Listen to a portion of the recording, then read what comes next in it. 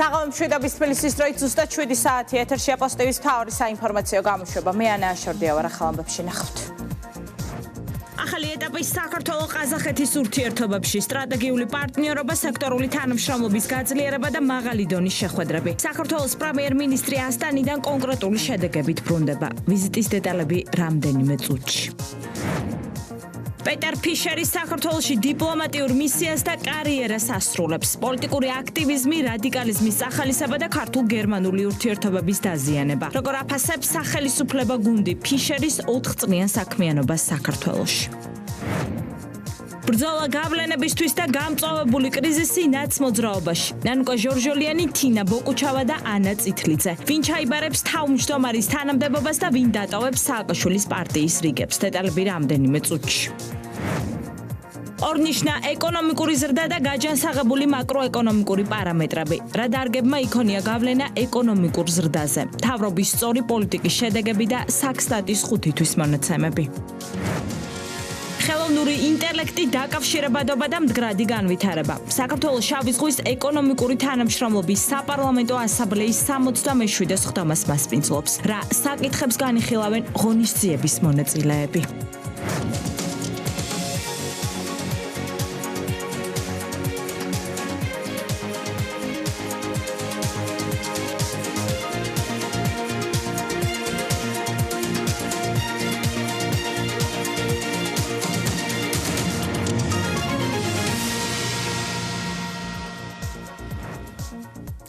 სტრატეგიული პარტნიორობის შესახებ დეკლარაცია და სექტორული თანამშრომლობის მიმართულებით გაფორმებული შეთანხმებები. საქართველოს პრემიერ-მინისტრის ოფიციალური ვიზიტი ყაზახეთში კონკრეტული შედეგებით დასრულდა.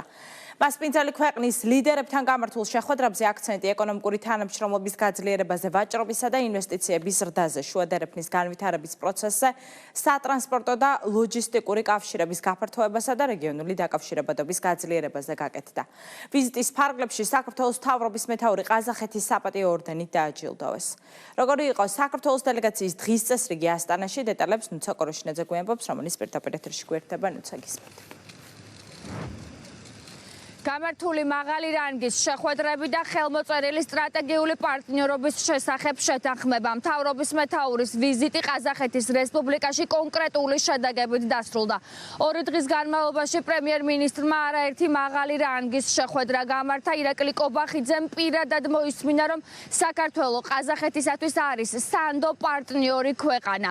მთავრობის მეთაური ვიზიტის ფარგლებში მათ შორის დაჯილდოვდა ღირსების ორდენი, ეს კი უმაღლესი გამოხატულება. რა გზავნილებით ბრუნდება მთავრობის მეთაური ქვეყანაში, დეტალები რეპორტაჟში. ეს არის განსაკუთრებული მნიშვნელობის ვიზიტი. თავისი მნიშვნელობით არის ისტორიული ქართულ-ყაზახური ურთიერთობებისთვის. საქართველოს ახალი სტრატეგიული პარტნიორი ხავს. მთავრობის მეთაურის ოფიციალური ვიზიტი ყაზახეთის რესპუბლიკაში კონკრეტული შედეგებით დასრულდა. ორ ქვეყანას შორის გაფორმებული სტრატეგიული პარტნიორობის შეთანხმება საქართველოსა და ყაზახეთის ურთიერთობებს განსხვავებულ ეტაპზე გადაიყვანს და თანამშრომლობის ახალ შესაძლებლობებს შექმნის. ყაზახეთი საქართველოს ერთ-ერთი უმნიშვნელოვანესი ეკონომიკური პარტნიორი და ორმხრივი თანამშრომლობის მაჩვენებლები წლიდან წლამდე მზარდია. სტრატეგიული პარტნიორობის დოკუმენტი ამ ურთიერთობების კიდევ უფრო გაღრმავებასა და სხვადასხვა მიმართულებებით თანამშრომლობის გაფართოებას ისახავს მიზნად. პრემიერ-მინისტრის განცხადებით საქართველოსთვის ყაზახეთთან თანამშრომლობას განსაკუთრებული მნიშვნელობა ენიჭება. მისი თქმით, აქტიური მუშაობა მიმდინარეობს დაკავშირებადობისა და სატრანზიტო შესაძლებლობების განვითარების მიმართულებითაც, რათა ქვეყნის სატრანზიტო ფუნქცია კიდევ უფრო გაძლიერდეს. სწორედ ამიტომ ყაზახეთთან პარტნიორობა ამ მიმართულებითაც განსაკუთრებულ მნიშვნელობას იძენს. ჩვენ ხელი მოვაწერეთ სტრატეგიული პარტნიორობის შეთანხმებას ყაზახეთის რესპუბლიკასთან. ეს არის ძალიან მნიშვნელოვანი შეთანხმება, რომელიც სრულიად სხვა დონეზე აიყვანს ჩვენს ურთიერთობებს. ჩვენ გვაქვს ისედაც ძალიან კარგი დინამიკა ჩვენს ურთიერთობებში, გვაქვს შესანიშნავი პოლიტიკური ურთიერთობები და გვაქვს ძალიან მზარდი ეკონომიკური თანამშრომლობა. ყაზახეთი არის ჩვენთვის ერთ-ერთი უმთავრესი ეკონომიკური პარტნიორი და თქვენ იცით, რომ ზოგადად ძალიან დიდ მნიშვნელობას ვანიჭებთ ამ რეგიონს, შუა აზიას. ყაზახეთის საქართველოს სანდო მეგობრად და მნიშვნელოვან სტრატეგიულ პარტნიორად მიიჩნევს. ეს დღეს ყაზახმა კოლეგამ პირადად უთხრა ირაკლი გობახიძეს. გამართულ შეხვედრაზე ორი ქვეყნის პრემიერმა არსებული პოზიტიური თანამშრომლობა შეაფასეს და ურთიერთობების კიდევ უფრო გაღრმავების პერსპექტივები განიხილეს. განსაკუთრებული ყურადღება დაეთმოს საქართველოს როგორც რეგიონული სატრანსპორტო და ლოგისტიკური ჰაბის როლს. ყაზახურმა მხარემ აღნიშნა, რომ საქართველო მნიშვნელოვან დამაკავშირებელ ფუნქციას ასრულებს ცენტრალურ აზიას, სამხრეთ კავკასიას, შავი ზღვის რეგიონსა და ევროპას შორის.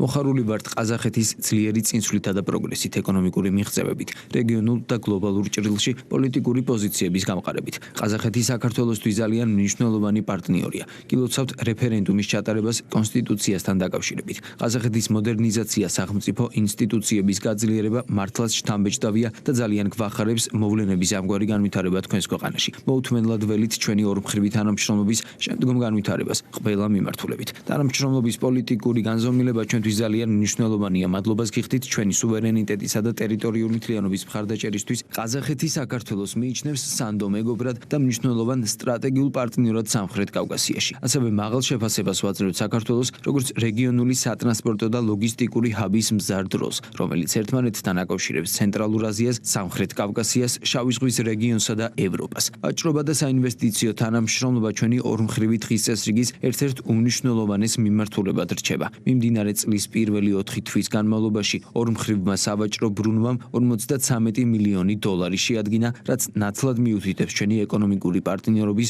მნიშვნელოვან პოტენციალზე. ბოლო 2 ათწლეულის განმავლობაში ყაზახეთიდან საქართველოში განხორციელებულმა ინვესტიციებმა 570 მილიონ დოლარს გადააჭარბა. დღეს ყაზახეთში 600-ზე მეტი კომპანია ფუნქციონირებს ქართული მონაწილეობით, რაც მყარ საფუძველს ქმნის ბიზნესებს შორის თანამშრომლობის კიდევ უფრო გაღრმავებისთვის. საინვესტიციო აქტივობის გასაძლიერებლად გთავაზობთ მთავრობათა შორისმა კომისიამ შეიმუშაოს კონკრეტული წინადადებები ახალი ერთობლივი პროექტების დასაწყებად და სამრეწველო თანამშრომლობის გასაფართოებლად. ოფიციალური ვიზიტის ერთ-ერთი მთავარი შედეგი სხვადასხვა სფეროში თანამშრომლობის გაღრმავების მიზნით გაფორმებული მემორანდუმებია. შესაბამის უწყებებს შორის თანამშრომლობის დოკუმენტები კულტურის, საინფორმაციო ტექნოლოგიებისა და ტურიზმის სფეროებში გაფორმდა. ეს კი თავის მხრივ სექტორულ თანამშრომლობას კიდევ უფრო მეტად განავითარებს. პრიორიტეტი რა თქმა უნდა არის შუა დერეფნის განვითარება. ყაზახეთს აქვს დიდი ინტერესი საქართველოსთან თანამშრომლობის ამ მიმართულებით. ბუნებრივია ჩვენც გვაქვს დიდი ინტერესი ყაზახეთთან განავითაროთ თანამშრომლობა შუა დერეფნის განვითარების კონტექსტში. ჩვენ გქონდა საუბარი იმ პოტენციალზე, რომელიც არსებობს ორ ქვეყანას შორის იმისათვის, რომ უფრო მეტად განვითარდეს სავაჭრო-ეკონომიკური ურთიერთობები. შეხვედრების ფარგლებში აქცენტი გაკეტა ანაკლის ღრმაწყლოვანი პორტის მნიშვნელობაზე, თუ რამდენად მნიშვნელოვანი იქნება პორტი არა მხოლოდ საქართველოსთვის, არამედ რეგიონისა და ზოგადად შუა დერეფნისთვის. მნიშვნელოვანი აქცენტი გაკეთდა დერეფნის ეკონომიკურ მნიშვნელობაზე, იმაზე, რომ მათ შორის ყაზახეთი განაგრძობს საქართველოს სატრანსპორტო და ლოგისტიკური ინფრასტრუქტურაში ინვესტიციას. ეს ვიზიტი თავისთავად ცხადია თვისობრივად ახალ ეტაპზე გადაიყვანს ორ ქვეყანას შორის ურთიერთობას, რაც ნიშნავს, რომ კიდევ უფრო მეტად გააქტიურდება ეკონომიკური აქტიურობა, კიდევ უფრო მეტად გაძლიერდება ეკონომიკური კავშირები. ვიზიტის ფარგლებში ყაზახეთის პრეზიდენტმა საქართველოს მთავრობის მეთაური ქვეყნის ერთ-ერთი უმაღლესი სახელმწიფო ჯილდოთი საპატიო ორდენით დააჯილდოვა, რაც ორ ქვეყანას შორის მეგობრობისა და სტრატეგიული პარტნიორობის განსაკუთრებულ მნიშვნელობას ხაზს უსვამს. რეგიონული ტურნე და შემაჯამებელი ღონისძიება დედაქალაქში ქართული ოცნების ახალგაზრდული ორგანიზაციის დასკვნითი შეხვედრა თბილისში გაიმართა. ახალგაზრდა თაობების საჭიროებების მოსმენა, მათი იდეების განხორციელების ხელშეწყობა და ახალგაზრდების ჩართულობის გაზრდა პოლიტიკურ ცხოვრებაში. ეს კონფერენციების მთავარი მიზანი იყო. მსჯელობის ძირითადი თემები კი საზოგადოებაში არსებული პოლარიზაციის აღმოფხვრა, განათლების რეფორმა, დასაქმების სისტემა, სტაჟირების პროგრამები და სხვა აქტუალური საკითხები იყო. შემაჯამებელ ღონისძიებას ესწრებოდა ცოტნე ივანიშვილი, რომელმაც დიალოგის მნიშვნელობაზე ისაუბრა. ქართული ოცნების ახალგაზრდული ორგანიზაცია მსგავს ფორმატში ახალგაზრდებთან კომუნიკაციას მომავალშიც გეგმავს. დეტალებით ნინო სალუქვაძე. ქართული ოცნების ახალგაზრდული ორგანიზაციის მასშტაბური რეგიონული ტურნე თბილისში შემაჯამებელი კონფერენციით დაასრულდა. დასკვნით შეხვედრაზე კიდევ ერთხელ აღინიშნა ქვეყნის განვითარებაში ახალგაზრდების ჩართულობის მნიშვნელობა და ისიც, რომ განსხვავებული პოლიტიკური შეხედულებების მიუხედავად დიალოგს ალტერნატივა არ აქვს. ჯანსაღი დისკუსიის მხარდაჭერის აუცილებლობაზე ისაუბრა ცოტნე ივანიშვილმა. მისი თქმით, ამ მიმართულებით დაწყებული მუშაობა და მიღწეული პროგრესი მისთვის განსაკუთრებით დასაფასებელია. მან იმედი გამოთქვა, რომ აღნიშნული ფორმატი გაგრძელდება და მსგავსი ინიციატივები მეტი დიალოგის დასტანერგად სხვა მიმართულებებითაც გაჩნდება. ყოველთვის ვიყავი მეტი დიალოგის მომხრე და აქედან გამომდინარე ძალიან გულშემატკივრობ ამ ფორმატს. ძალიან დიდი ნაკლებობა არსებობდა კომუნიკაციის, დიალოგის, განსხვავებული ასრთა გაცვლის საქართველოში და ნელ-ნელა მიმართულებით რომ მიდის მუშაობა და გარკვეული პროგრესიც უკვე არის ამ შეხვედრების ხარჯზე, ვთქვათ. მე პირადად ძალიან მიხარია და დიდი იმედი მაქვს რომ უახლოეს პერიოდში კარგად მოახერხებენ იმას რომ ეს ფორმატი განაგრძონ, გაუმჯობესონ და კიდევ ბევრი სხვა მიმართულებითაც თუ წამოვა ვთქვათ ინიციატივები რომ მეტი დიალოგი დაინერგოს, ძალიან კარგი იქნება. ჩვენი მთავარი მიზანი და мотиваცია იყო ის რომ შეიძლება მეტ ახალგაზრდა შევხვედროდით და ის პოლარიზაცია რაც იყო ბოლო პერიოდში თავს მოხვეული ესე რომ ვთქვათ დაგვესრულებინა და გახსნილიყო დისკუსია გახსნილიყო არა მარტო პოლიტიკურ საკითხებზე, არამედ ნებისმიერ თემაზე, რაც მათთვის მნიშვნელოვანი იყო და რაც მათთვის აუცილებელი იყო რომ ეთქვათ. მე ვფიქრობ რომ შედგა ეს ყველაფერი ძალიან კარგად ჩაიარა იმ კუთხით რომ რაც ქონდა დაგეგმილი ბოლო პერიოდში აბსოლუტურად ყველაფერი განხორციელდა შეხვედრებთან მიმართებაში, მაგრამ ისიც ვიცით რომ ჩვენ არ ვაპირებთ გაჩერებას, ეს მხოლოდ დასაწყისია.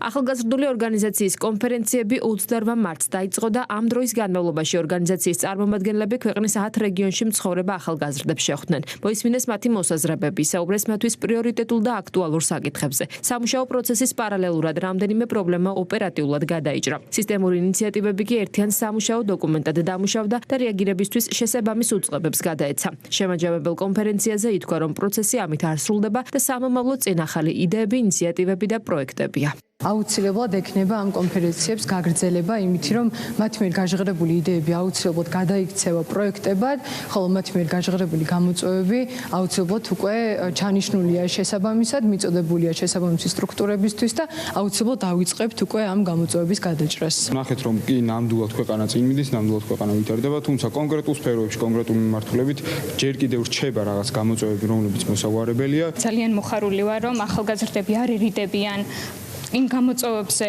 იმ სირთულეებზე ღიად საუბარს, რის წინაშეც ხშირად დგებიან ხოლმე ყოველდღიურ ცხოვრებაში, როგორც რეგიონში, ასევე დედაქალაქშიც. შეხვედრების დიდი ნაწილი ინტერაქციულ რეჟიმში მიმდინარეობდა. გამონაკლისი არც დასკვნითი კონფერენცია იყო. ძირითადი თემებად დასაქმება და განათლების რეფორმა დასახელდა. ასევე ახალგაზრდები დაინტერესდნენ თუ როგორ ესახებათ მმართველი გუნდის წარმომადგენლებს პოლარიზაციის დაძლევა. რამდენად რეალურია პოლარიზაციის დასრულება და თქვენი გუნდი როგორ აპირებს თქვენი წამოწყებით რომ ამ ყველაფერს ხელი შეუწყოს. ჩვენ უნდა შევძლოთ ერთმანეთის მოსმენა, ერთმანეთის აზრების გაზიარება. აი როგორ წარმოგიდგენიათ თითოეულ თქვენთაგანს ჩვენ თუ ერთმანეთს არ დავილაპარაკეთ, არ უთხარით ყველაფერი, თუ რა გვაწუხებს, როგორ გხედავთ ჩვენი ქვეყნის მომავალ, ჩვენი ქვეყნის განვითარებას, როგორ შეიძლება რომ რაიმე აზრამდე შევჯერდეთ, ხო? ყველა შემთხვევაში თან ხვდებით რომ თუ ჩვენ არ ვისაუბრეთ, გამორიცხულია რომ რაიმე აზრამდე მივიდეთ, ან ჭეშმარიტებამდე მივიდეთ, ხო? პირველ რიგში არის მთავარი რომ ვისაუბროთ. რა თქმა უნდა, ჩვენი გუნდი მზად არის ნებისმიერ ახალგაზრდასთან სასაუბროთ, ჩვენი კარი არის ყველასთვის ღია. პროფესიული გამოცდილება და უნარების განვითარება არის ახალგაზრდებისთვის ერთ-ერთი ყველაზე დიდი გამოწვევა. თან ამას ფონად ისიც ერთვის, რომ ჯერჯერობით ბევრ ჩვენთანგანს არ გვაქვს სამუშაო გამოცდილება. მაინტერესებს თქვენ კონკრეტულად რა შესაძლებლობებს გვთავაზობთ ამ თემასთან დაკავშირებით და როგორ შეგვიძლია რომ ამ პროგრამაში ჩავერთოთ. მოგეხსენებათ, რომ ჩვენი ხელისუფლების პრიორიტეტი გახლავთ ის, რომ ახალგაზრდული ენერგია ისევ და ისევ მოვახმაროთ ჩვენს ქვეყანას და ასევე არ გვიწევდეს უცხოეთში წასვლა უკეთესი გამოცდილების ან განათლების მისაღებად. რაც აკეთებს ამისთვის ჩვენი ხელისუფლება? ამჟამად უნდა დავიწყოთ აუცილებლად სტაჟირების პროგრამით სახელმწიფო სექტორში, რომელიც არ მოითხოვს არანაირ გამოცდილებას, უბრალოდ განცხადების საფუძველზე ხდება სრულიად ობიექტურად რა თქმა უნდა განხილვა რეზიუმეების და აქედან გამომდინარე თითოეულ ჩვენგანს გვაქვს იმის საშუალება, რომ გავხდეთ სახელმწიფო მართვის ნაწილი ამ მხრივ და ძალიან მნიშვნელოვანი არის, რომ ეს არის ანაზღაურებადი. ეს სტაჟირების პროგრამა თავის თავში მოიცავს იმ პერსპექტივას, რომ შემდგომში დავრჩეთ სამუშაოდ ამ კონკრეტულ ადგილას და უკვე აქ განვავითაროთ ჩვენი პროფესიული უნარები. ამასთან ერთად აუცილებლად უნდა ვახსენოთ ისწავლე და დასაქმდი ძალიან კარგი პროგრამა, რომელსაც თბილისის მერია ახორციელებს, უნდა ითქვას, რომ ვინც დაამთავრა ეს პროგრამა 75% დასაქმდა. ბოლო პერიოდში განვითარებულმა პოლიტიკურმა მოვლენებმა ახალგაზრდებში გარკვეული კრიტიკული ინტერესის ფორმირება განაპირობა. მაინტერესებს ახალ მომავალში ხომ არ გეგმავთ ამ გამოწვევებზე უფრო აქტიურ ღია ორმხრივ კომუნიკაციას, რათა უფრო სრულყოფილი ინფორმაცია მივიღოთ და ახალგაზრდებს ჰქონდეთ შესაძლებლობა ჩვენი საკუთარი მოსაზრებების დაფიქსირების. ეს შეხვედრები, დებატების გახსნა ემსახურება რას? რაც შეიძლება მეტი კრიტიკული აზრის გაჩენა საზოგადოებაში, რაც შეიძლება მეტი პიროვნების ჩამოყალიბებას და შესაბამისად ყველანაირი სახის საფრთხის აღმოფხვრას, რომ ვიღაცა გახდეს დეзинფორმაციის მსხვერპლი. ამ შეხვედრებით ჩვენ მხოლოდ ვიწყებთ ახალგაზრდებთან საუბარს, იმიტომ რომ ამას ექნება აუცილებლად გამგზობითი ხასიათი და დარწმუნებულები ვართ, რომ საბოლოო ჯამში ყველა ადამიანს, ვისაც სურვილი ექნება გულწრფელად ინფორმაცია ჰქონდეს სხვადასხვა თემაზე, ეს შესაძლებლობა აუცილებლად ექნება. დღეს თბილისში ძალიან ბევრი ახალგაზრდა იწყებს მცირე ბიზნესს და სტარტაპს და საინტერესო იქნებოდა ამ კუთხით თქვენი მოსაზრებების მოსმენა, რა სახის მხარდაჭერას თავაზობთ სახელმწიფო დამწყებ მეწარმეებს. იმისთვის რომ ქვეყანაში განვითარდეს ბიზნესი, ახალგაზრდებს ჰქონდეთ мотиваცია რომ აწარმოონ მცირე ბიზნესი, მნიშვნელოვანია რომ ბაზარი იყოს თავისუფალი და თქვენ მოგეხსენებათ რომ საქართველო ევროპის და ცენტრალური აზიის მასშტაბით ერთ-ერთი ლიდერი სახელმწიფოა ღია ვაჭრობის მიმართულებით, თავისუფალი ბაზრის მიმართულებით. გარდა ამისა, უნდა ვახსენოთ ისეთი სახის შესაძლებლობები, როგორიც არის ჯიტას პროექტები, ჯიტას გრანტები, რასაც გასცემს მცირე მეწარმეებისთვის. წელიწადში 2-ჯერ 40-მდე პროექტი ცხადდება, 150,000 ლარიანი და ასევე 650,000 ლარიანი გრანტები ცხადდება და დამერწმუნეთ, რომ ეს არის საკმაოდ სოლიდური თანხა იმისთვის, რომ ვაწარმოოთ ჩვენი მცირე ბიზნესი. სწორედ ამიტომ სახელმწიფო მაქსიმალურად გვიწყობს ხელს, რომ ვაწარმოოთ ჩვენი საქმე, მოვიზიდოთ მეტი ინვესტიცია და ასევე დავამატებდი, რომ უკვე ჯიტას გრანტების შედეგად და განხორციელებული მცირე სამეწარმეო საქმიანობის შემდეგ საქართველოში 9 მილიარდზე მეტი კერძო დოვლათი შეიქმნა. მაინტერესებს რა გამოწვევების წინაშე დგას დღეს განათლების სისტემა და როგორ შეიძლება ამ პრობლემების გადაჭრა რეფორმის გზით რა თქმა უნდა. რაც შეეხება იმ საკითხს თუ რა თავარი პრობლემები არსებობს, პირველი გამოწვევა გახლავთ სწავლის ხარისხის პრობლემა, ხოლო მეორე გახლავთ ხელმისაწვდომობა. დავიწყოთ ხელმისაწვდომობის ნაწილით, როდესაც ახალგაზრდა რეგიონს ტოვებს, ბუნებრივია ეს ჩვენთვის ძალიან დიდ პრობლემას წარმოადგენს. განათლების რეფორმის შესაბამისად, იმდენად გაძლიერდება უკვე რეგიონებშიც უნივერსიტეტები და კიდევ აუცილებლად ცალკე უნდა ვახსენოთ ქუთაისის მიმართულება, რომ ეს იქნება ერთ-ერთი საგანმანათლებლო უმთავრესი კერა, რაც უზრუნველყოფს, რომ დასავლეთ საქართველოს ახალგაზრდებმა კიდევ უფრო ხარისხიანი განათლება მიიღონ, რომ აი ამ ნაბიჯებით აუცილებლად აღმოვხვრით ხელმისაწვდომობის პრობლემას. ასევე ხელმისაწვდომი უფრო მეტად გახდება განათლება, გამომდინარე იქედან, რომ თუ აქამდე 100%-იანი დაფინანსებით სარგებლობა შეეძლო 8,000 სტუდენტს, ამიერიდან 21,700 ქართველი სტუდენტი სრულად უფასოდ მიიღებს განათლებას. რაც შეეხება უკვე ხარისხის გამოწვევას და როგორ ვაპირებთ ამის დაძლევას, იმითი რომ თითო უნივერსიტეტში იქნება კონცენტრირებული თითო ფაკულტეტი, აი ამასაც აღმოფხრით და გვეყოლება ერთი დონის კონკურენტუნარიანი პროფესიონალები. მე მაინტერესებს რა გეგმები გაქვთ საქართველოში ბავშვთა და ახალგაზრდა სპორტის განვითარებისთვის, რათა ყველა რეგიონში იყოს კარგი ინფრასტრუქტურა და კვალიფიციური მწვრთნელები. აქ გვესწრებიან ჩემპიონები და არ შემიძლია რო არ თქვა მათი სახელი ეთელ ლიპარტელიანი სანდრო ბაზაძე, ნიკოლოზ კიტიშვილი,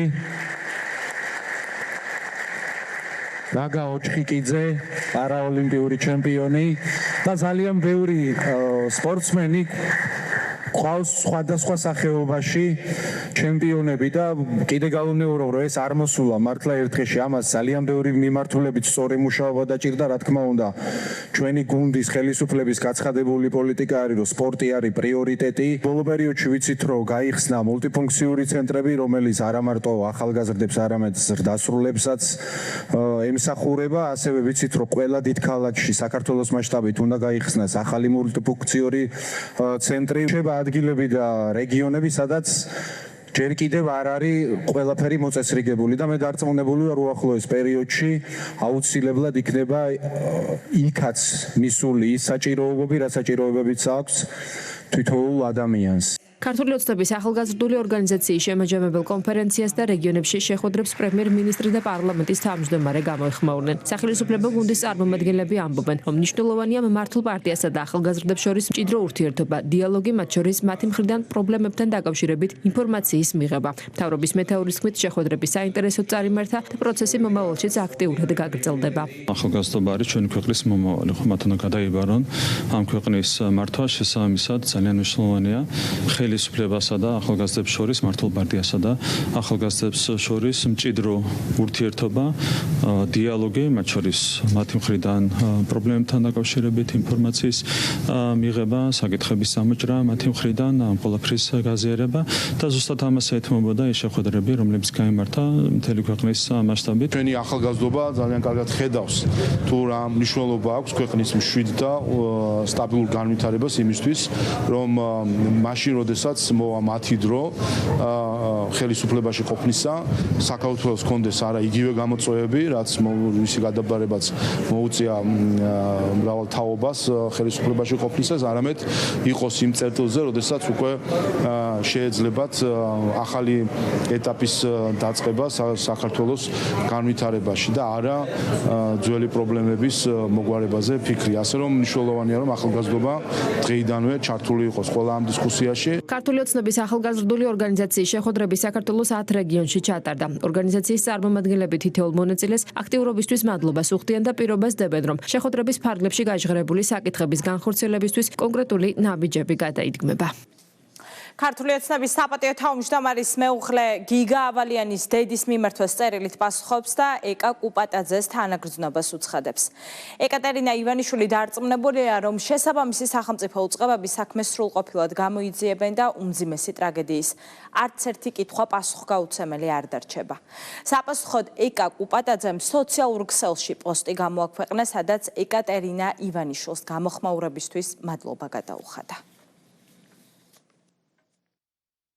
ქალბატონო ეკა, მთელი გულით გითანაგრძნობთ და ვიზიარებთ თქვენს უმძიმეს ტრაგედიას. ვიცი, რომ არ არსებობს სიტყვა, რომელიც დედას შვილის დაკარგვის ტკივილს შეუმსუბუქებს. თუმცა, მინდა იცოდეთ, რომ ამ წუხარებაში მარტო არ ხართ და ამ ქვეყანაში მცხოვრები ყველა ქართველი დედა თქვენი ჭირისუფალია. რაც შეეხება ჩემდამი თქვენს მოწოდებას, როგორც ჩემთვის ცნობილია, გამოძიება ჯერ არ დასრულებულა. დარწმუნებული ვარ, შესაბამისი სახელმწიფო უწყებები საქმეს სრულყოფილად გამოიძიებენ და ყველა გარემოება სრულად იქნება შესწავლილი, რათა თქვენს თავს დატრიალებული უმძიმესი ტრაგედიის არც ერთი კითხვა არ დარჩეს პასუხგაუცემელი. როგორც დედა დედას, როგორც ქალი ქალს, გისურვებთ სულიერ სიმტკიცეს, ძალას და სიმშვიდეს.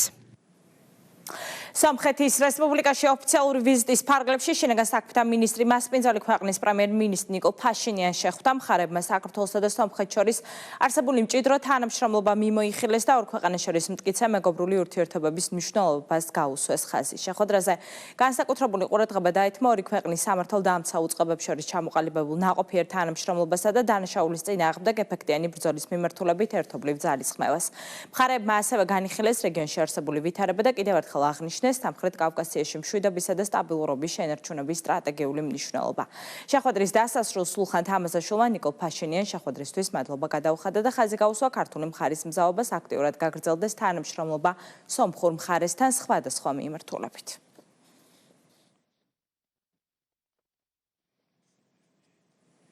გერმანიის ელჩის დიპლომატიური მისია საქართველოში დასრულებულია. უფლებამოსილების ვადის ამოწურვასთან ერთად პეტერ ფიშერმა დიპლომატიური კარიერაც დაასრულა და პენსიაზე გავიდა. ქართულ-გერმანული მრავალწლიანი ურთიერთობების დაზიანება ეს ხელისუფლების შეფასებით პეტერ ფიშერის 4-წლიანი საქმიანობის შედეგია. ქვეყნის შიდა საქმეებში ჩარევა, ოპოზიციის ღია მხარდაჭერა, კონსპირაციული შეხვედრები ენჯეოს სექტორთან და რადიკალიზმის წახალისება.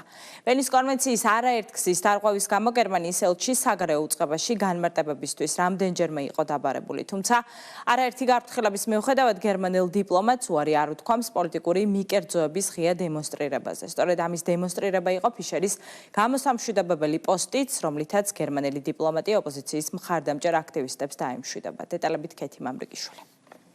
4 საქმიანობის შემდეგ პიტერ ფიშერი მხოლოდ 3 სიტყვიანი გამოსამშვიდობებელი პოსტით შემოიფარგლა. მეტიც, გერმანელი დიპლომატი არა საქართველოს ხელისუფლებას და ქართულ ხალხს, არამედ ოპოზიციის მხარდამჭერებს დაემშვიდობა. ამ ფაქტს ადასტურებს პოსტზე დართული 9 აპრილის მემორიალთან გადაღებული ფოტო, სადაც ფიშერი რუსთაველის გამზირზე ოპოზიციის აქტივისტებს განსაკუთრებული პატივით ესალმება. ფოტოს ფონად გასდევს მუსიკას სახელწოდებით უკან არ დავიხევთ, რითაც ელჩმა საკუთარი პოლიტიკური მიკერძოებულობა მისიის ბოლოსაც მკაფიო დაჩვენა. ეს ფაქტი კი სახელისუფლებო გუნდისთვის კიდევ ერთხელ წარმოაჩენს იმას, თუ ვის ინტერესებს ემსახურებოდა რეალურად პიტერ ფიშერი, რომელმაც პრემიერის შეფასებით 4 წლიანი საქმიანობის პერიოდში ქართულ-გერმანული მრავალწლიანი ურთიერთობები დააზიანა. მთავრობის მეთაური იმედს გამოთქვამს, რომ ახალი ელჩის პირობებში ორ ქვეყანას შორის მეგობრული ურთიერთობები კვლავ აღდგება. ბატონი ფიშერი იყო ერთადერთი ელჩი, რომელმაც არათუ არაფერი გააკეთა ამ ურთიერთობების განვითარებისთვის, არამედ პირიქით ყველაფერს აკეთებდა იმისათვის, რომ დაზიანებულიყო ურთიერთობები საქართველოსა და გერმანიის ფედერაციულ რესპუბლიკას შორის, რაც ძალიან სამწუხაროა. ჩვენ იმედი გვაქვს, რომ ეს ყველაფერი შემოbrunდება. ეს არის ძალიან მნიშვნელოვანი ჩვენი ქვეყნისთვის. კიდევ ერთხელ გამიმერებ, რომ ჩვენ მადლიერი ვართ გერმანიის წლების მანძილზე ძალიან მნიშვნელოვანი მხარდაჭერის გამო და ჩვენ გვაქვს ძალიან დიდი სურვილი, რომ აღდგეს მეგობრული ურთიერთობები. რა მისია შეასრულა რეალურად პიტერ ფიშერმა საქართველოში ელჩობის პერიოდში. გერმანელი დიპლომატის სახელისუფლებო გუნდმა ვენის კონვენციის დარღვევაში არაერთხელ ამხილა. ის ძალადობისთვის დაკავებული პირების სასამართლო პროცესებს პირადად ესწრებოდა და მართლმსაჯულებაზე ზეგავლენის მოხდენასაც ცდილობდა. პარალელურად აქტიურად მონაწილეობდა პოლიტიკურ პროცესებში, ხშირად ჩნდებოდა ოპოზიციის ორგანიზებულ აქციებზე, მხარდაჭერას უცხადებდა აქტივისტებსა და NGO სექტორს, მათ შორის გრანტების სახითაც. გერმანელი დიპლომატის ანგარიშზეა ქვეყნის ინტერესებთან შეუსაბამო არაერთი განცხადება, მათ შორის მითითებები კანონების გაუქმების შესახებ და სპეკულაციური გზავნილები ევროინტეგრაციასთან დაკავშირებით. შესაბამისად, ვადის ამოწურვის შემდეგ ფიშერმა მადლობა და ქება მხოლოდ ოპოზიციისგან დაიმსახურა.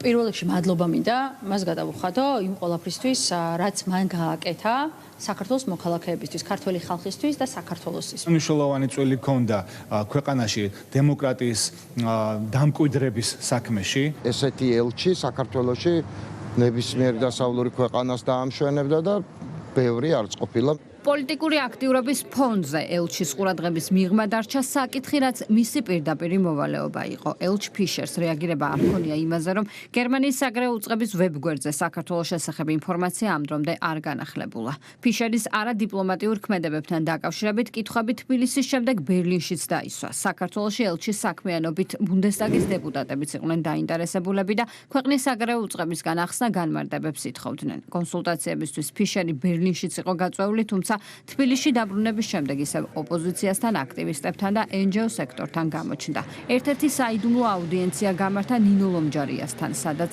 განხილვის თემა იყო საქართველოსთვის ვიზა ლიბერალიზაციის შეჩერება. მას შემდეგ, რაც მედიამ დახურული შეხვედრის სკანდალური შინაარსი გაასაჯაროვა, ლომჯარიამ დიპლომატიური უწყება საელჩოს ავტომანქანით კონსპირაციულად დატოვა. ამ ქმედებების ფონზე ქართულ ოცნებაში ამბობენ, რომ გერმანელი დიპლომატი საქართველოს სუვერენიტეტს პატივს არ სცემდა და მუდმივ რეჟიმში გადიოდა დიპლომატიური ჩარჩოებიდან. შესაბამისად, მართლ პარტიაში აქვთ იმედი, რომ ახალი ელჩის მხრიდან მიდგომები შეიცვლება. გერმანიის ელჩი ფრანგულად წავიდა დამშვიდობების გარეშე. ჩვენ ნახეთ, ის არც პრეზიდენტს, არც პრემიერ-მინისტრს, არც პარლამენტს დაემშვიდობა. ამით კიდევ ერთხელ აჩვენა, რომ ეს ადამიანი უბრალოდ პატივს არ სცემს ჩვენ სახელმწიფოებრიობას. ამ ადამიანმა მოახერხა და 3 წელიწადში 30 წლიანი პარტნიორობა დაანგრია. მე იმედი მაქვს, რომ მისი წასვლა იქნება საქართველოს და გერმანიას შორის ურთიერთობების გამოსწორების ახალი დასაწყისის საფუძველი. კარგია, რომ საბოლოო ჯამში ეს რაღაც პოლარიზაციის თავიც იმედია დაიხურება ამ ნაწილში და ახალი ელჩის პირობებში ჩვენ გვექნება შესაძლებლობა, რომ არსებითად გადავტვირთოთ როგორც ქართულ-გერმანული ურთიერთობები, ასევე ქართულ ევროკავშირის ურთიერთობებშიც მაქსიმალურად შევიტანოთ წვლილი. რა თქმა უნდა, ჩვენ იმედს ვიტოვებთ, რომ გერმანიის შემდეგი ელჩი იქნება ელჩი, რომელიც არ გასცდება თავისი მანდატის ფარგლებს და არ ჩაერევა უხეშად ჩვენში დასაქმეებში, რასაც სამწუხაროდ აკეთებდა ბატონი ფიშერი, რომელმაც პირდაპირ მნიშვნელობით დააზიანა საქართველო-გერმანიის ურთიერთობა. ფიშერი არის კარგი მაგალითი, კარგი ბრჭყალებში, რა თქმა უნდა, იმისა, თუ როგორი არ უნდა იყოს ელჩი. მან თავისი ქმედებებით, განცხადებებით დაამტკიცა ეს ყველაფერი და აჩვენა ქართულ საზოგადოებას. ესე იგი, დიპლომატიური ჩარჩოები რაც არის, ყველაფერი გააკეთა ამის წინააღმდეგ. 4-წლიანი დიპლომატიური მისიის პერიოდში მამუკა ხაზარაძის ოჯახისგან ნაქირავებ ფეშენებელურ სახლში ცხოვრობდა. გარიგების დეტალებს კი მედიისგან დიდი ხნის განმავლობაში ასაიდუმლოებდა. სწორედ ოპოზიციონერის სახლია ბოლო ლოკაცია, სადაც პიტერ ფიშერი დიპლომატიურ კარიერას ასრულებს და პენსიაზე გადის. კრიზისის დასრულების მიზნით წამოწყებული ცვლილებები ნაცმოძრაობაში გამწვავებულ კრიზისამდე მივიდა. ვინ ჩაიბარებს თავმჯდომარის თანამდებობას სააკაშვილის პარტიაში და როგორ დასრულდება ბრძოლა გავლენებისთვის. ეს ყრილობის შემდეგ გამოიკვეთება, თუმცა იქამდე უკვე აშკარაა მწვავე შიდა პარტიული უთანხმოება. ნანუკა ჟორჟოლიანისთვის პოსტის დათმობას არაპირებს სააკაშვილზე განაწყენებული თინა ბოკუჩავა პარტიული თანამდებობისთვის ბრძოლას არ გამორიცხავს არც ანა წითლიძე, რომელმაც დღეს პარტიის სხვა ლიდერებთან ერთად ნაცმოძრაობის ელექტრონული რეფორმის პრეზენტაცია გამართა, თუმცა ღონისძიებას არც მოქმედი თავმჯდომარე და არც სააკაშვილის რჩეული კანდიდატი არ დასწრებია. პარალელურად აქტუალობას არ კარგავს ნაცმოძრაობის ოპოზიციურ ალიანსში ყოფნა არ ყოფნის საკითხიც, რაზეც პოზიციების შეჯერებას ამ დრომდე ვერ ახერხებენ პარტიის ლიდერები. ალიანსში ნაცმოძრაობის დარჩენის მომხრე კი არავინ არ არის. დეტალებით სოსო ელისაშვილი.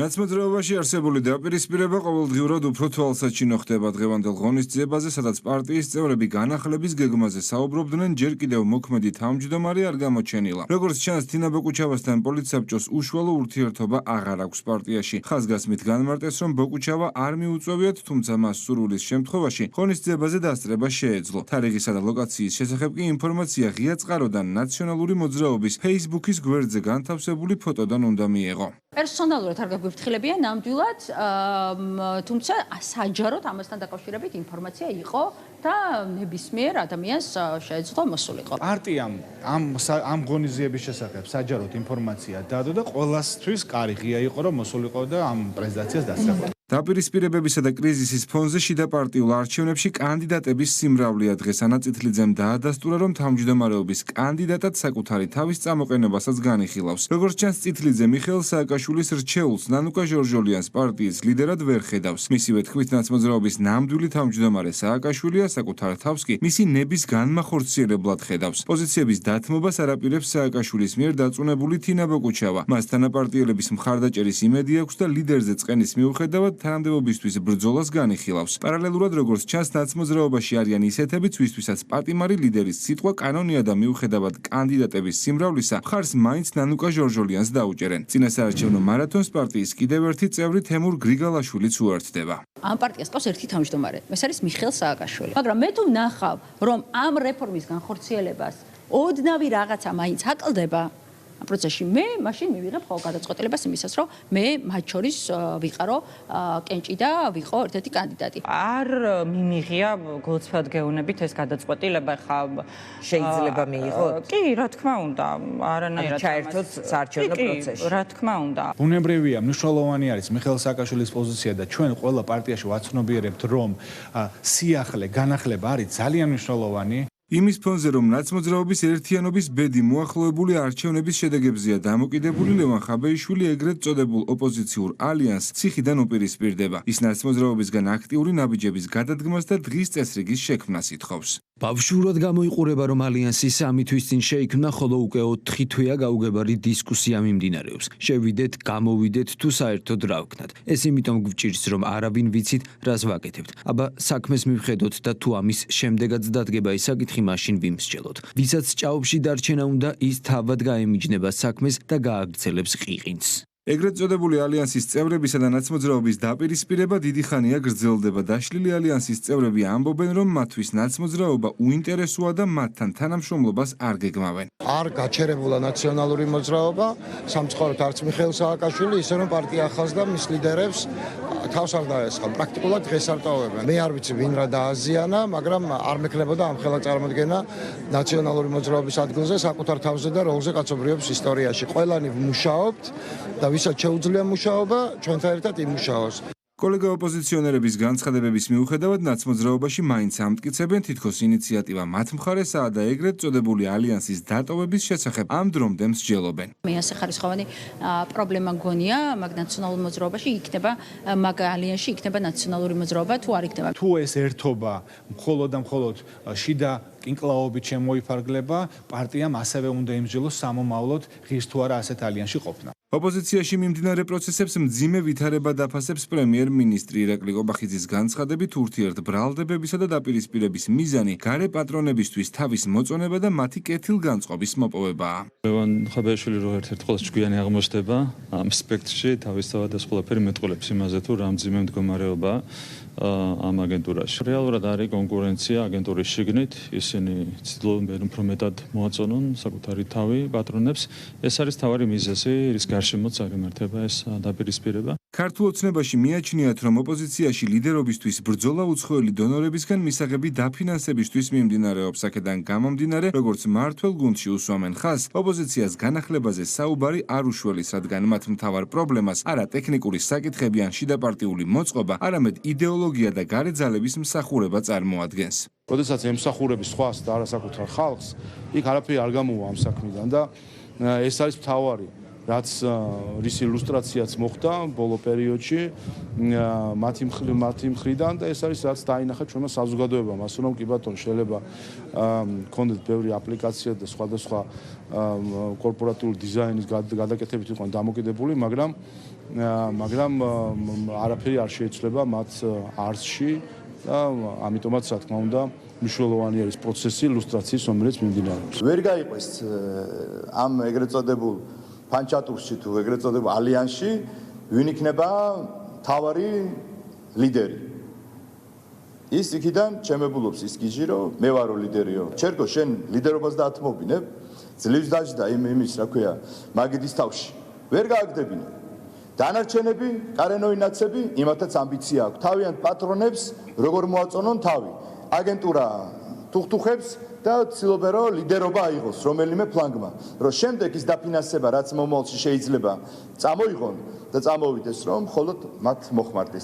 გარდა ნაცმოძრაობის თავმჯდომარეობის კანდიდატების სიმრავლისა პარტიის წევრებს დღეს კიდევ ერთი სიახლის შესახებ აცნობეს. სააკაშვილის პარტიული რეფორმის ფარგლებში წევრებს ნაცმოძრაობაში საწევრო გადასახადის გადახდა მოუწევთ.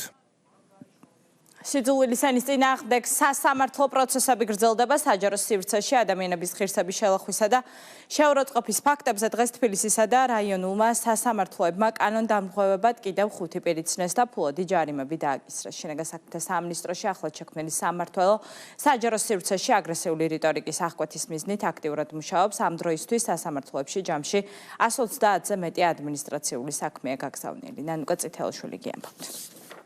სიძულვილის ენის გავრცელება საჯარო სივრცეში კონკრეტულ სამართლებრივ შედეგებს იწვევს. სიზღისა და შეურაცხყოფის გამოხატვისთვის კანონის წინაშე პასუხი უკვე ათეულობით პირმა აგო. ოპოზიციის აქტივისტ ნატა ფერაძეს დღეს 3000 ლარიანი ჯარიმა თბილისის საქალაქო სასამართლომ ბერა ივანიშვილის მიმართ შეურაცხყოფელი კომენტარის გამო დააკისრა. მოსამართლემ განმარტა, რომ აქტივისტის სამართლებრივი დოსიე არაერთ ფაქტს მოიცავს, რაც კანონისადმი მისი უპატივცემულო დამოკიდებულებისა და მსგავსი ქმედებებისადმი მიდრეკილების მაჩვენებელია.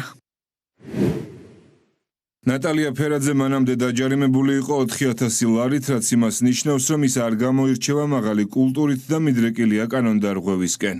რამდენიმე თვის წინ ქალბატონ ნატალიას მსგავს მუხთან დაკავშირებით უკვე ჰქონდა მოქმედი სახდელი დადებული. შესაბამისად აღნიშნულმა განსაზღვრა მისი სახდელის ოდენობა, მას სასამართლომ მაქსიმალური ოდენობის ჯარიმა განუსაზღვრა. დღესვე 3000 ლარით დაჯარიმდა მაკა ბახტაძე. გიგა ავალიანის საქმის ერთ-ერთ ეპიზოდში მსჯავრდებული ანინას ყიდაშვილის ოჯახის წევრი. სამართალდამრღვევმა სოციალურ ქსელში საჯარო შეურაცხყოფა გიგა ავალიანის დედას მიაყენა. ეკა კუპატაძემ სიძულვილის ენისა და საჯარო სივრცეში შეურაცხყოფელი კომენტარის გამო გლდანი ნაძალადევის პოლიციის სამმართველოს თავად მიმართა. 112-ს მიმართა ქალბატონმა ეკა კუპატაძემ, რომელმაც განმარტა, რომ სიტყვიერი შეურაცხყოფა მიაყენეს სოციალურ სივრცეში მას და მის გარდაცვლილ შვილს. სასამართლომ სწორედ აღნიშნული საქმე განიხილა და პირი სამართალდამღვრევად ცნო. 1500 ლარიანი ჯარიმა დაეკისრა გია ალავიძეს, რომელმაც სიტყვიერი შეურაცხყოფა მომღერალ ნუცა ბუზალაძეს მიაყენა. განხილული იქნა სიძულვილის ენის წინააღმდეგ ბრძოლის სამმართველოს ერთი ადმინისტრაციული სამართალდარღვევის ოქმი ლია ალავიძის მიმართ, რომელმაც სიტყვიერი შეურაცხყოფა მიაყენა ქალბატონ ნუცა ბუზალაძეს. პირი სამართალდამღვრად იქნა ცნობილი და ჯარიმის სახით შეეფარდა, ესე იგი 1500 ლარიანი ჯარიმა. თბილისის საქალაქო სასამართლოს გარდა დღეს სიძულვილის გამოვლინებისა და შეურაცხყოფის ადმინისტრაციული საქმეები სხვადასხვა რაიონის ინსტანციებმაც განიხილეს. სოციალურ ქსელში ირაკლი კირცხალიას მიმართ გაკეთებული შეურაცხყოფელი კომენტარის გამო ნოდარ რაქვიაშვილს 2000 ლარიანი ჯარიმა დაეკისრა. გურჯაანის რაიონულმა სასამართლომ მოქალაქეს სამართალდამღვრად ცნო. მოძიებული იქნა არაერთი მტკიცებულება და შესაბამისად განსჯავრდობის წესების დაცვით გადაიცანა გურჯაანის რაიონულ სასამართლოში. როგორც მოგეხსენებათ, გურჯაანის რაიონული სასამართლოს დადგენილებით აღნიშნული პიროვნება ცნობილი იქნა სამართალდამღვრად. ქუთაისის საქალაქო სასამართლოს მიერ სამართალდამღვრად იქნა მიჩნეული გიორგი რუსია. საჯარო სივრცეში სანდრო შარაშენიძის მიმართ მიყენებული სიტყვიერი შეურაცხყოფისთვის რუსიას 2000 ლარიანი ჯარიმა დაეკისრა. მან ჩადენილი ქმედება აღიარა.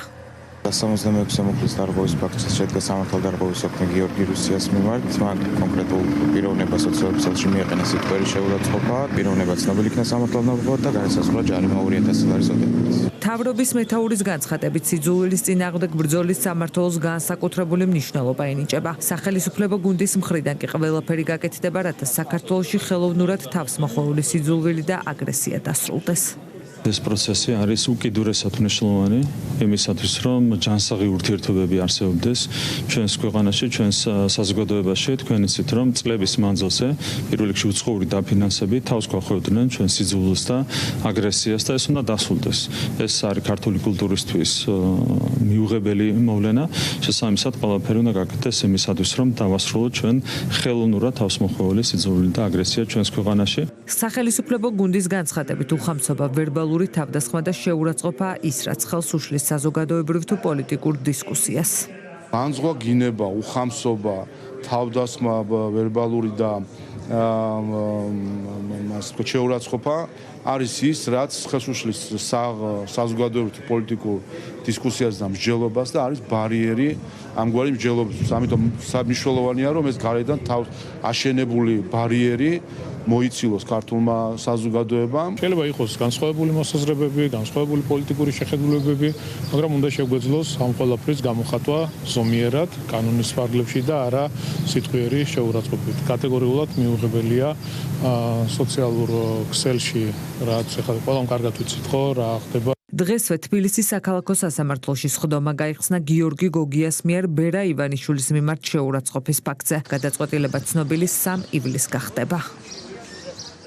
საქართველოს ეკონომიკა პოზიტიურ დინამიკას ინარჩუნებს. ამის დასტურია საქსტატის მონაცემები. მიმდინარე წლის პირველი 5 თვის საშუალო მაჩვენებელი 7.1%-ით განისაზღვრა.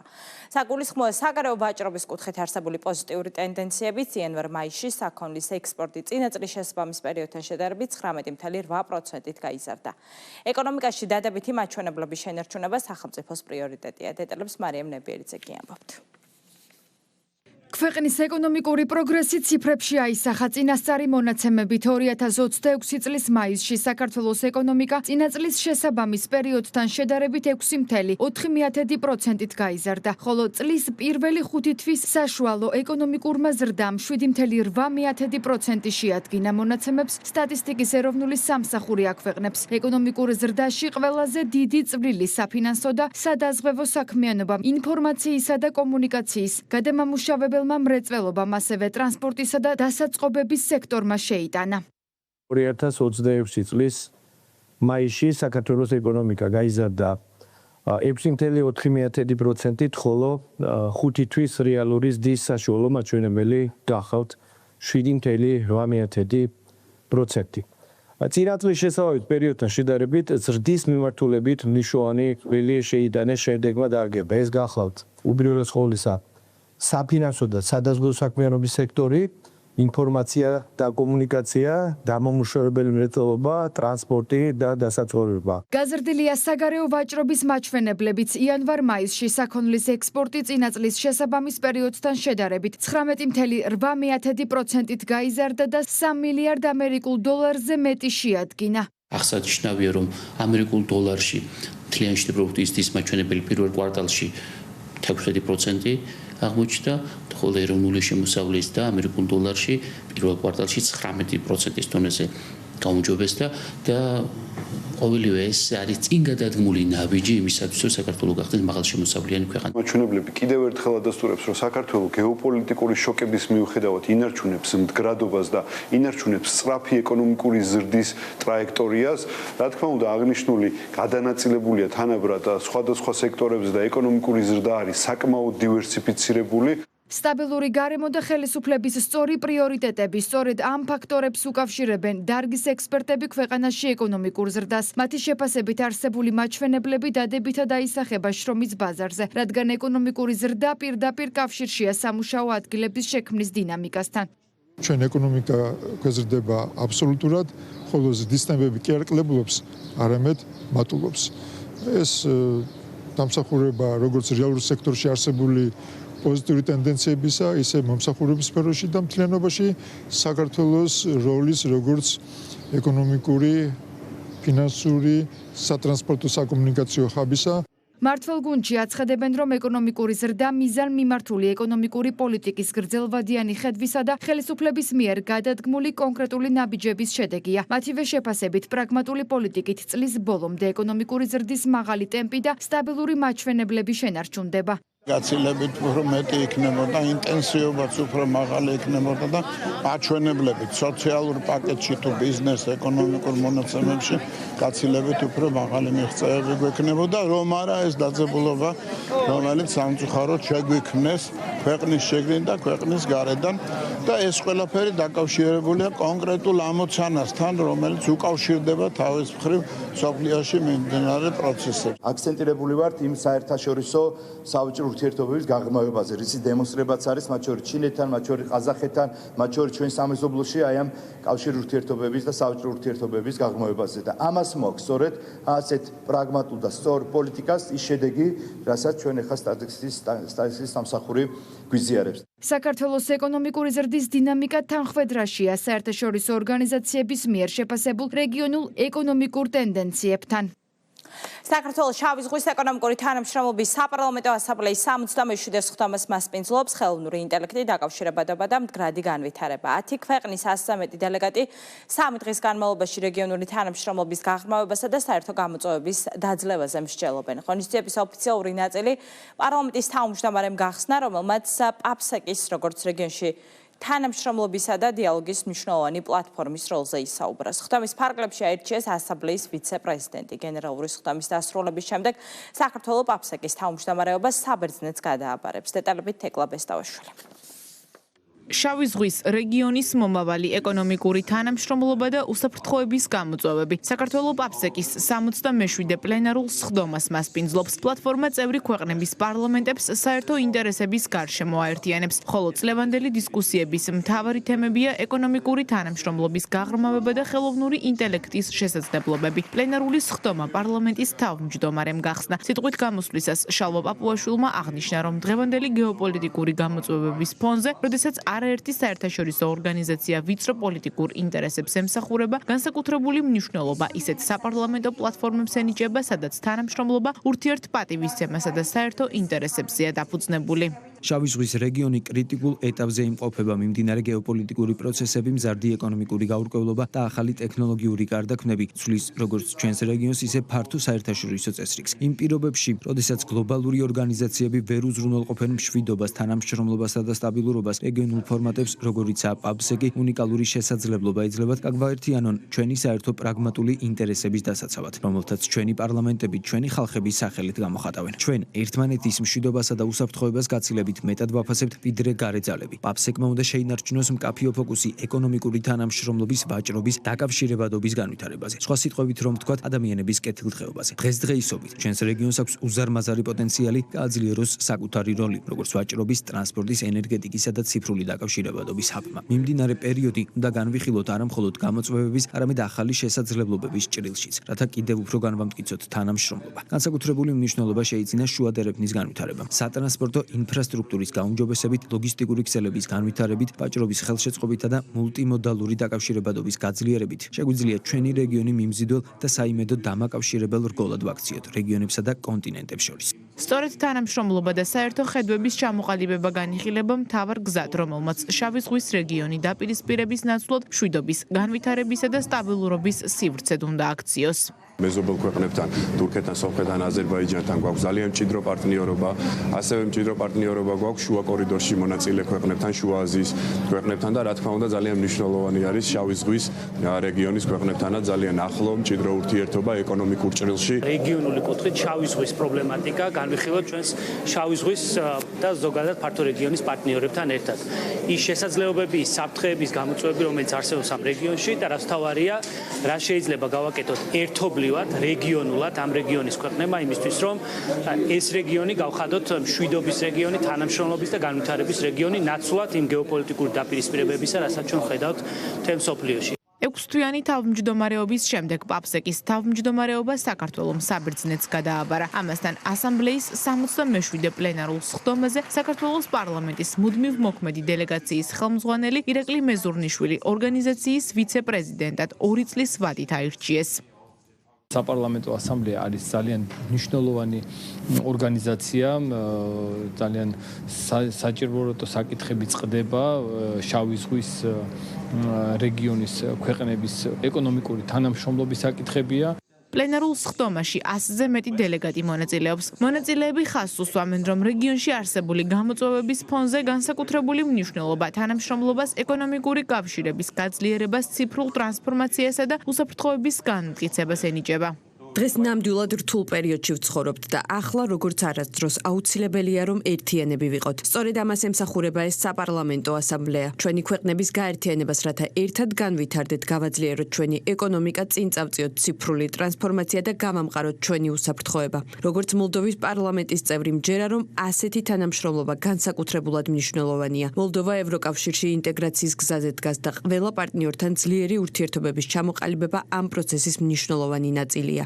ასამბლეის რიგით 67 გენერალური სესია ხვალ დასრულდება. საგანგებო სიტუაციების დროს ეფექტიანი რეაგირება და საჭირო შესაძლებლობების ფლობა გადაუდებელი სამედიცინო დახმარების გუნდ ჯანდაცვის მსოფლიო ორგანიზაციის საერთაშორისო კვალიფიკაცია მიენიჭა. სტატუსი საქართველოს გადაუდებელ სამედიცინო ცენტრს შესაძლებლობას აძლევს საჭიროების შემთხვევაში მონაწილეობა მიიღოს როგორც ადგილობრივ, ისე საერთაშორისო ჰუმანიტარულ და საგანგებო სამედიცინო მისიებში. სერტიფიკატის მინიჭების საზეიმო ღონისძიებას ჯანდაცვის მინისტრი დაესწრო მარიამ რადიანი გიამბობთ. საქართველოს გადაუდებელი სამედიცინო დახმარების გუნდის საერთაშორისო სტანდარტებს ახლა უკვე ოფიციალურად აკმაყოფილებს. ჯანდაცვის მსოფლიო ორგანიზაციამ ჩვენი ქვეყნის საგანგებო სიტუაციების კოორდინაციისა და გადაუდებელი სამედიცინო დახმარების გუნდს EMT1-ის საერთაშორისო კლასიფიკაცია საზეიმო ვითარებაში მიანიჭა. მსოფლიო სტანდარტებით აღიარებული ქართული გადაუდებელი სამედიცინო გუნდი ახლა საჭიროების შემთხვევაში მონაწილეობას როგორც ადგილობრივ, ისე ჯანდაცვის მსოფლიო ორგანიზაციისა და გაეროს საერთაშორისო მისიებში მიიღებს. სერტიფიკატის მინიჭების საზეიმო ღონისძიებას ჯანდაცვის მინისტრიც დაესწრო. დღეიდან ჩვენს ცენტრს, ჩვენს ქვეყანას ყავს სამედიცინო ჯგუფი, რომელიც კრიზისული და გადაუდებელი მდგომარეობების დროს დიმოქმედებს როგორც ქვეყნის შიგნით, ასევე ქვეყნის გარეთ. ამ სერტიფიკატის მიღება ჩვენი გუნდისთვის ნიშნავს გამარჯვებას, დიდ ბრძოლას და პასუხისმგებლობას, რა თქმა უნდა. ნებისმიერ მეზობელ ქვეყანას და არა მხოლოდ მეზობელ ქვეყანას შეგვიძლია დახმარება გავუწიოთ პირველადი გადაუდებელი დახმარების მიმართულებით. ძალიან მნიშვნელოვანია ჩვენი ქვეყანა წარმოვადგინოთ როგორც დამხმარე გუნდი. კლასიფიკაციის მიღებამდე ჯანდაცვის მსოფლიო ორგანიზაციის საერთაშორისო ჯგუფი საქართველოში ვიზიტით იმყოფებოდა. მათ ქართული გადაუდებელი სამედიცინო გუნდის მზაობა და ოპერატიული შესაძლებლობები საველე სიმულაციური სწავლებების ნიადაგზე შეაფასეს. უპირველეს ყოვლისა ვულოცავ საქართველოს გადაუდებელი სამედიცინო დახმარების გუნდს ჯანდაცვის მსოფლიო ორგანიზაციისგან EMT1 ტიპის სტაციონალური კლასიფიკაციის მიღებას. ეს ძალიან მნიშვნელოვანი მიღწევაა. აღსანიშნავია, რომ ქართულმა გუნდმა ამ მიზნის მისაღწევად 5 წელი იმუშავა. ამ კლასიფიკაციის მიღებით გუნდმა მოიპოვა უფლება ჩაერთოს საერთაშორისო მისიებში, როგორც ჯანდაცვის მსოფლიო ორგანიზაციისა და გაეროს სხვა სააგენტოების მეშვეობით, ისე ორმხრივი თანამშრომლობის ფარგლებში. ეს აღიარება ადასტურებს, რომ გუნდის შესაძლებლობები და საქმიანობა საერთაშორისო სტანდარტებს სრულად შეესაბამება. შესაბამისად, მის მიერ გაწეული დახმარება მოთხოვნადი და სანდო იქნება არა მხოლოდ რეგიონში, არამედ მსოფლიოს სხვადასხვა ქვეყანაში, სადაც საგანგებო სიტუაციებზე რეაგირება გახდება საჭირო. EMT-ის საერთაშორისო კლასიფიკაციის სისტემა სამედიცინო ჯგუფებს შესაბამის ცოდნას აძლევს საგანგებო სიტუაციებში, რაც შეიძლება სწრაფად და ეფექტიანად იმოქმედონ. მსგავსი კლასიფიკაციის არსებობის აუცილებლობა მსოფლიო მასშტაბით წარსულმა კრიზისულმა გამოცდილებებმა განაპირობა. წინა წლების კრიზისებზე რეაგირების გამოცდილება მაჩვენა რამდენად მნიშვნელოვანია გადაუდებელი სამედიცინო დახმარების გუნდები სერტიფიცირებული და საერთაშორისო სტანდარტებთან შესაბამისი იყვნენ. სწორედ ამიტომ შეიქმნა EMT-ის საერთაშორისო კლასიფიკაციის სისტემა, რომელიც ადასტურებს, რომ გუნდს აქვს შესაბამისი ცოდნა, უნარები და შესაძლებლობები ეფექტიანად იმუშაოს რთულ და რესურსებით შეზღუდულ გარემოში. საქართველოს საგანგებო სიტუაციებისა და გადაუდებელი სამედიცინო დახმარების გუნდის სერტიფიკატის მისაღებად აქტიურად ემზადებოდა. კლასიფიკაციის მიღება ქართველი მედიკოსების გუნდის ხარისხის საერთაშორისო აღიარებაა. ქართველი მზარეულები ესპანეთში გასტრონომიის სფეროში მსოფლიოს ერთ-ერთ წამყვან კულინარიულ სასწავლებელში გადამზადდებიან. კურსი პროფესიონალური კულინარიის საფუძვლებს, კერძების მომზადების პრაქტიკულ სწავლებას, ტრადიციული და რეგიონული სამზარეულოს ტექნოლოგიების დაუფლებას და მსოფლიო ტენდენციების გაცნობას მოიცავს. დეტალებს ლევან წუწუნავა გიამბობთ. ეს ბასკეთის კულინარიის ცენტრია. გასტრონომიის სფეროში მსოფლიოს ერთ-ერთი ცნობილი უმაღლესი საგანმანათლებლო და კვლევითი დაწესებულება ესპანეთში სან სებასტიანში მდებარეობს. ცენტრი შეიქმნა იმისთვის, რომ კულინარია არა მხოლოდ პროფესიად, არამედ აკადემიურ, სამეცნიერო და ბიზნეს მიმართულებადაც განევითარებინა. 10 ქართველი მზარეული კვალიფიკაციას სწორედ ბასკეთის კულინარიის ცენტრში აიმაღლებს, სადაც ისინი ტურიზმის ეროვნული ადმინისტრაციის მხარდაჭერით გადამზადების კურსს გაივლიან. კონკურსი, რომელიც უკვე მეორედ ტარდება, მიზნად ისახავს საქართველოს გასტრონომიის და გასტროტურისტული პროდუქტის განვითარებას. ამ სკოლამ შეძლო და ბასკური გასტრონომია მსოფლიოს რუკაზე დაიტანა.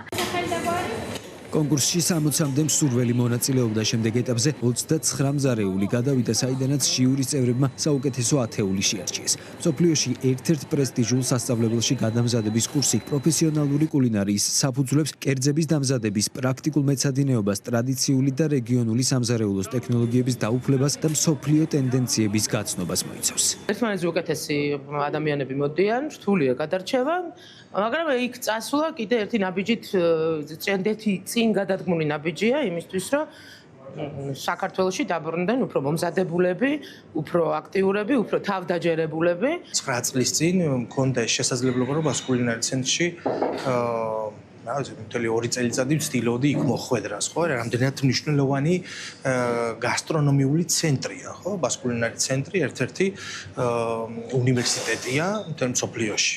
უკვე მეორე წელია ტურიზმის ეროვნული ადმინისტრაცია დამწყებ მზარეულებს შესაძლებლობას აძლევს მსოფლიოში ერთ-ერთ საუკეთესო გასტრონომიულ სკოლაში მიიღონ განათლება, გაიცნონ მსოფლიო ტენდენციებს და გამოცდილება საქართველოში გამოიყენონ. მოტივაციას მომცემს ეს პროექტი იმისთვის, რომ უფრო განვითარდე, უფრო გადავიტანო ჩვენ სამზარეულოში ეს ტექნიკები, რასაც ჩვენ გვასწავლიან, 1 საათი, 1 წუთი ჩემთვის მნიშვნელოვანი იქნება, რომელსაც გამოვიყენებ ჩემს კარიერაში და დამეხმარება უფრო გაზრდაში. დიდი შესაძლებლობა იქნება ესპანეთში წასვლა და ძალიან ბევრი ტექნიკის სწავლა, რომელსაც მე შემდგომ საქართველოში შემოვიტან და თვითონ ქართულ კერძებს სხვა მოდერნიზირებული ვარიანტით გავაკეთებ. ტურიზმის ეროვნული ადმინისტრაციის ორგანიზებით გასულ წელს ქართველმა მზარეულებმა გადამზადების კურსი საფრანგეთში, პრესტიჟულ კულინარიულ სასწავლებელში ფერან-დი პარიზში გაიარეს.